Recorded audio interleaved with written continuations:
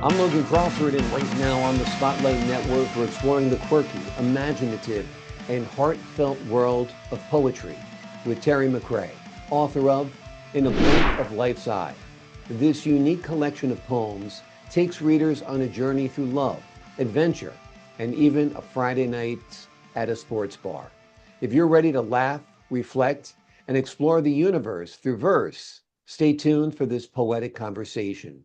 We're delighted to have this very talented author and poet join us here today on Spotlight.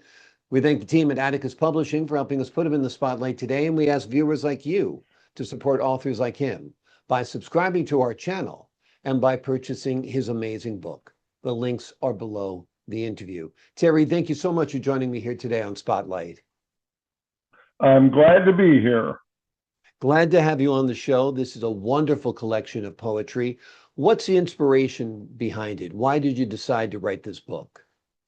Well, I've been writing poetry for almost 10 years, and throughout that time, I had never really thought about publishing a book until I wrote a poem called The Presence of Absence earlier this year.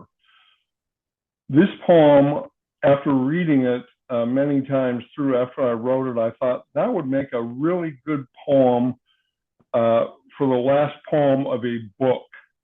Mm-hmm. And so that's what set me on this journey. Wonderful. Well, we're glad you went on the journey because it's been a fruitful journey. You have produced wonderful work here. I understand you have a couple of poems you can share with us today. Would you like to read? Yes, I do. I would like to read two poems, the first of which happens to be the first poem in the free verse poems section of the book, which is the last section. This poem is called Silence, and it goes, "We can't abide silence, it seems. We fill it like shoveling soil into a gaping grave with meaningless conversation as if afraid of becoming lost in it.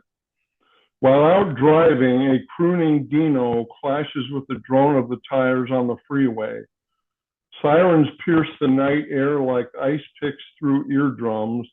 A dog's bark, a neighbor's party, all intruders breaking in to keep us awake. Noise, noise everywhere. Anytime, any place, no escape. Pollution, they call it. Ah, but I'm an exception, you see, being almost deaf and all. Silence isolates, robbing me of that which I crave. Social intercourse, the subtleties of speech. Sounds taken for granted by most no longer exist for me. The frenzied flapping of hummingbirds' wings, raindrops ricocheting off rooftops. My impairment has only one advantage. Amidst the din, I can sleep at night, but just once, I'd love to hear the joyful sound of my cat's purr." Beautiful. It's really beautiful. Now, I would like to comment about that poem. Sure. I wrote that poem, I think in 2016, and then 2 years later in 2018, I received a cochlear implant to give me back at least partial hearing. The night the cochlear implant was activated, I heard my cat purr for the first time. Wow. That must have been amazing. It must have been amazing. It was quite emotional. Yeah, the things that you miss in life that you cherish once they're gone as well. Yes. Yeah, yeah. How long have you been deaf? Did you lose your I hearing? got my first hearing aids in 1998. And you just started gradually losing your hearing? Yeah, from when I was in the Navy. Okay. And I got out in 1982, and I was starting to have problems then. Yeah. The cochlear implant, I'd imagine, has been a real blessing, though, right? Oh, it's really changed my life, and I would encourage anyone with a hearing problem like I had to at least investigate it because it's changed my life. I couldn't have this interview with you without it. Exactly, exactly. And now, do you hear like you used to hear with the cochlear implant, or it's different, right? You hear like an interpretation of sounds?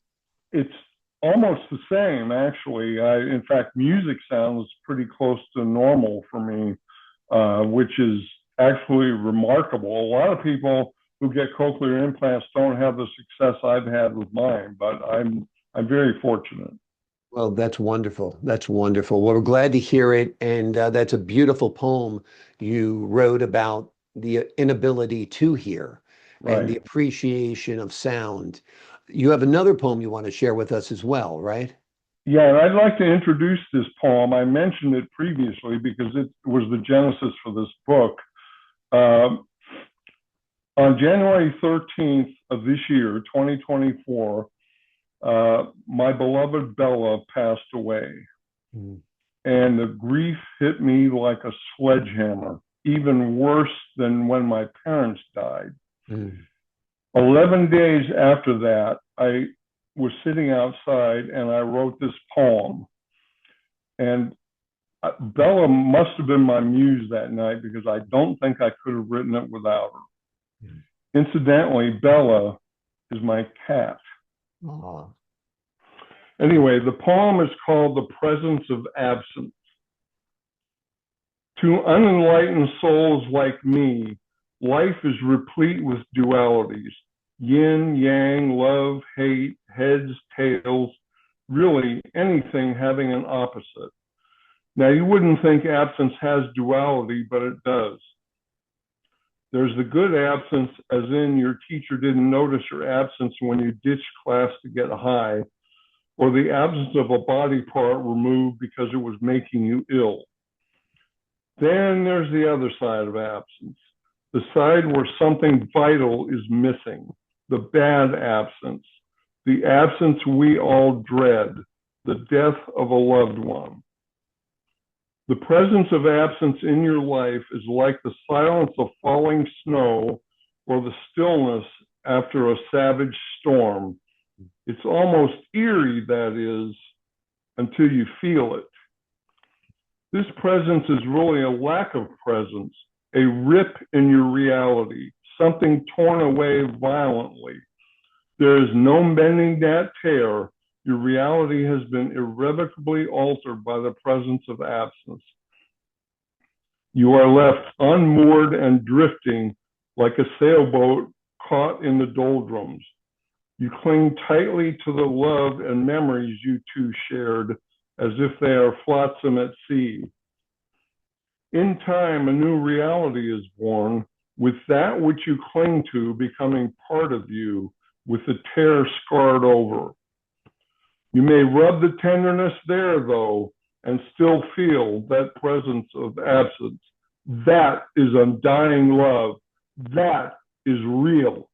Sometimes you just need to rub the scar. Absolutely. The absence of someone or something that you love is so, so painful.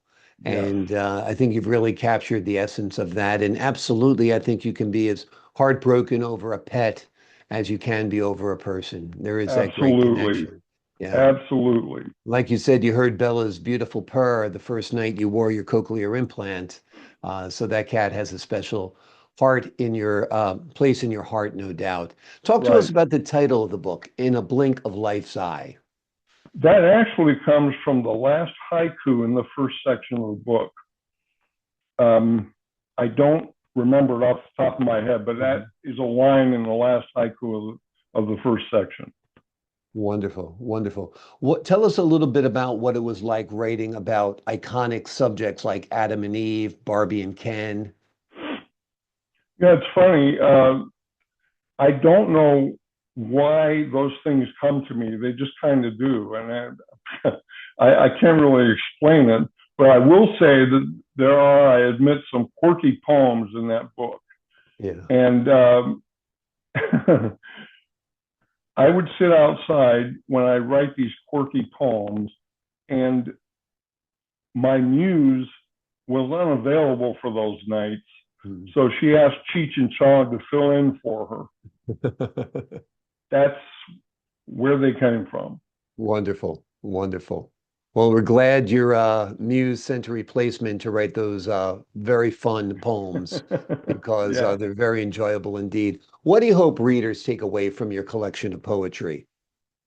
I just hope they enjoy the experience and they don't look back at the time they spent reading it uh, thinking I waste their time. I hope they just have an enjoyable experience. Absolutely. Absolutely not a waste of time. Absolutely a great time to reflect on a multitude of subjects in this life that passes us in a blink of life's eye. And Right. that's the name of this book of poetry, In a Blink of Life's Eye. It's a unique collection that takes readers on a journey through love, adventure, and even a Friday night at a sports bar. If you're ready to laugh, reflect, and explore the universe through verse, this is a book you won't want to miss. The links are below this interview. Terry, thank you so much for joining me here today on Spotlight. Of course, it was my pleasure, Logan, and thank you for having me. Pleasure's all mine, sir. Appreciate your wit, your wisdom, and your insight. To the folks at home, I'm Logan Crawford, thanking you for your time.